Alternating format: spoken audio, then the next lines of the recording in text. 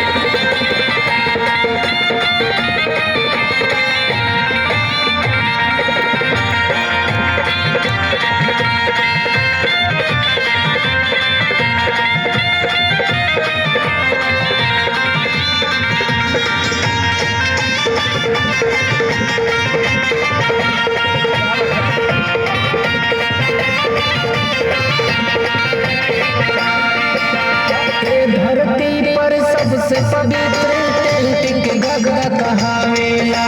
कौनो जात बिरादर होके सबको बियाह करावेला।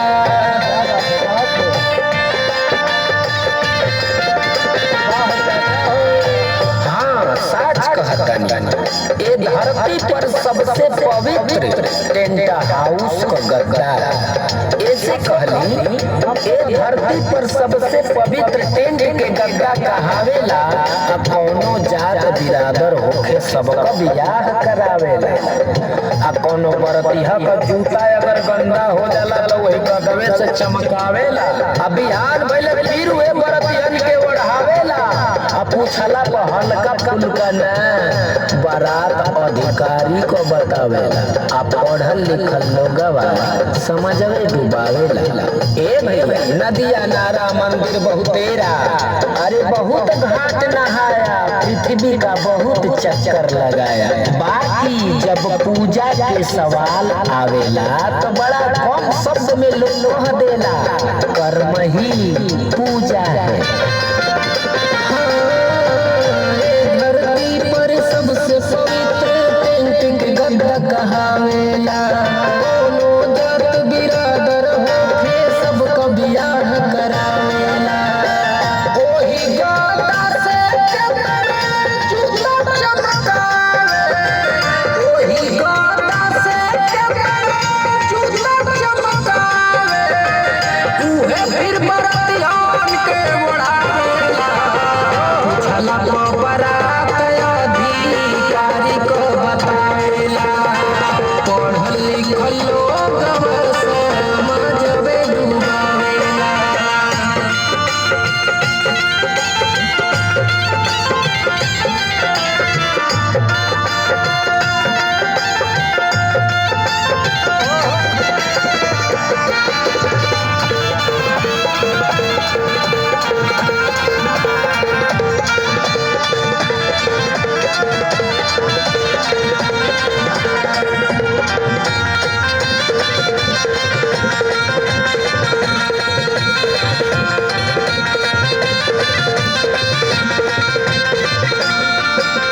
पढ़े लिखे तो मेरे भी मजहबी थे, विश्व रत्न कहलाए। सब धर्मों का निरीक्षण करके बौद्ध धर्म अपनाए।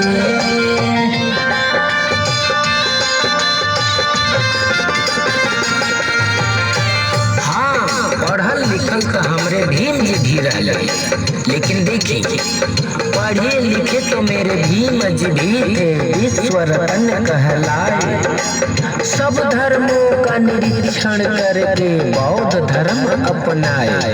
वो कौन सा धर्म है जो बाबा साहब अपनाए? बुद्ध धर्म की एक ही है पहचान, मानव मानव एक समान, ऊंच नीच ना जहां। मानव मानव कहावेला, दुनिया का रीत टंडन समझ में न आवेला। अनपढ़ जान लोगवा हमके पढ़ावेला। पढ़ल लिखल लोगवा समझ में डुबावेला।